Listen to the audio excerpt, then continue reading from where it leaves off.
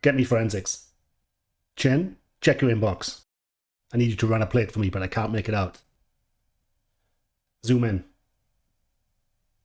Can you clear that up?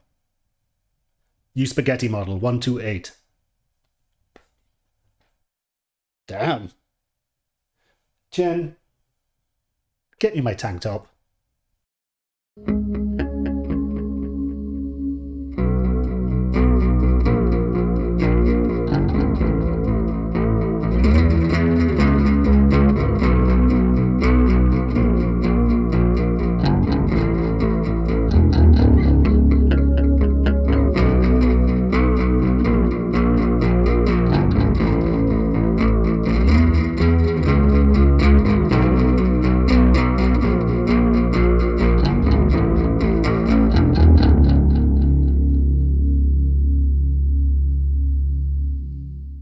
Hey all, welcome to Circle of Tone, and today we have the intangibles of Peter Steele from Type O Negative.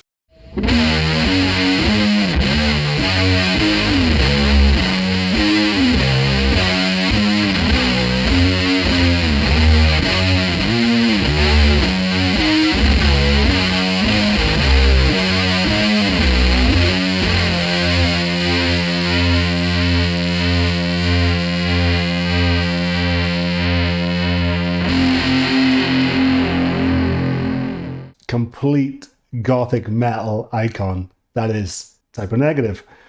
So why do I say intangibles? Why isn't it like the pedals of or the gear of Type O Negative? This is about why mere mortals can't really sound like him. Even people like me who are relatively good at trying to recreate sounds, why I can't nail it. So let's get into number one. Part of my mantra and why I've been losing subscribers. Please subscribe, by the way. I've lost subscribers on my channel for months now, because I'm claiming that rock and metal is dead versus what it was back in the day. Metalheads, rock fans, they don't want to hear that, right? So please subscribe if you're here. But a big part of that is the digital audio workstation and guitar modeling. So it's a Fender Bassman that I'm using to get that tone in a pedal, right? So why am I claiming that just using VST, just using modelers for his bass rig isn't going to work? Now on stage, he actually set up, monitors on stage are designed to not give feedback, right? Now Type O Negative's bass sound, a massive aspect, a massive part of the sonic destruction that is Type O Negative is feedback. So they went, even live, they would set up PAs opposite the bass rig to make sure that they had tweeters on them, so that high end would get into the pickups, resonate the whole strings, the pickup, everything, and create genuine feedback. If you use a modeler and you're using headphones, you're not going to get any, not natural feedback. You're going to get the fake high-pitched scream with just no fluctuations, nothing that's musical.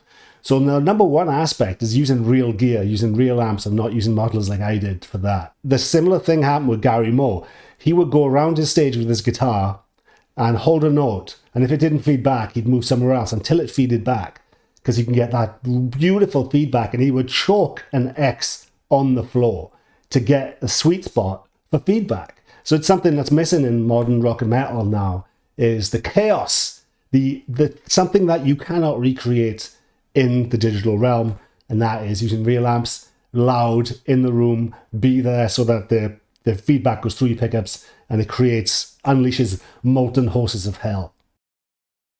Number two, this was a bit nerdy, and this is something that I discovered on my own and you won't find anywhere else, right? In the intro, I want to play this part for you.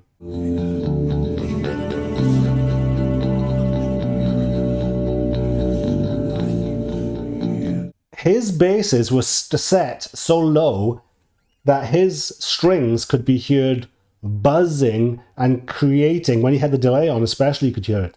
The frets would buzz. So you can't get his tone without having low action, shitty action, and having frets buzz out. Because I was thinking, why can't I get the same type of repeats that he was getting with my bass? And I was listening to it closely, I realized that's fret buzz.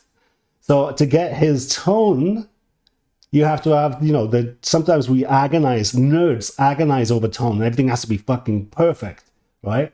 But sometimes it doesn't have to be perfect. his setup would drive the average studio producer insane because it was buzzy, buzz, buzz, you know? So that is a big aspect of what I missed on his tones. My bass was set up too good. I lowered my strings so much that I couldn't even play and get the same amount of string buzz that he was getting on some of these bass parts. Another intangible, number 3, is his power. If you watch him play a lot, he was like 6'7", absolute unit of a man. He used to work out a lot back in the day. You used to see him, that's my joke in the beginning, bring me a tank top, because he used to have like Gold's Gyms, tank tops and stuff like that. He would just hammer on. He had so much strength in his hands that a hammer on would sound just like him picking. It would have the same attack. When you got wooden blocks for fingers and you hammer on notes, that's a technique in its own. A lot of the top guitars, especially in prog, a lot of top guitars can barely bend the strings. A lot of them have their thumb on the back of the guitar and their bends are kind of like, they're okay, but they're not like top notch. So you need a bit of strength sometimes to do the types of bends and the types of hammer-ons and the types of runs. Like sometimes he plays whole choruses without even touching his bass with his right hand.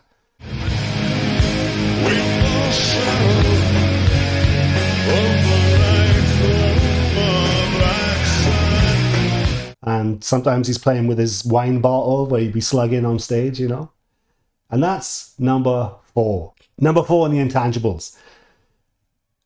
You got to have your heart broken. You got to get your soul crushed. You got to be in deep depression to write and perform some of the stuff that he was doing. He was miserable, even at the top of his game when he was making TV appearances and stuff like that. He'd be complaining about life, relationships. He'd be getting sued. He'd owe taxes. He was always have shit going on, right? And he'd pour that into the first 3 albums.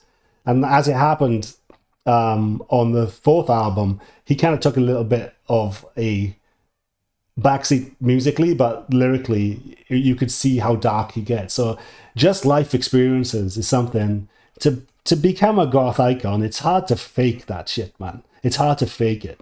So a lot of the vibe from Type O Negative isn't forced. You know, a lot of the anguish is real. At number 5, the last one is kind of he's a mutant. He's left-handed and he plays right-handed. Why?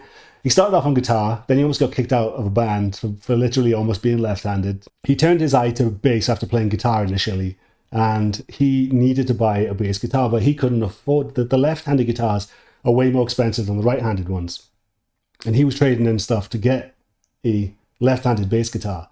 But how fateful is this? Where he goes into this bass store and the guy says, look, man, I can give you this right-handed bass. That's all you can afford on this. And you just have to learn how to play with your right hand. So he was like, all right, let's do it.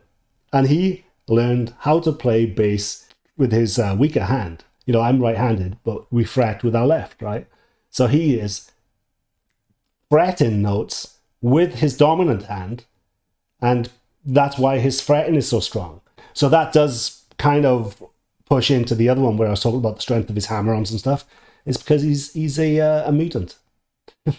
Moving on to the gear, obviously I recreated his pedal board. The only thing that's missing is a tuner off his pedal board. So that was cool. And I could instantly hear it when it comes to the vibe. I mean, the chorus setting is gold. You can see it now. But that chorus setting, when I heard it, I'm like, oh my God, that is Type O Negative in a nutshell, you know? What an absolute beautiful, and it's mono. That shit's mono.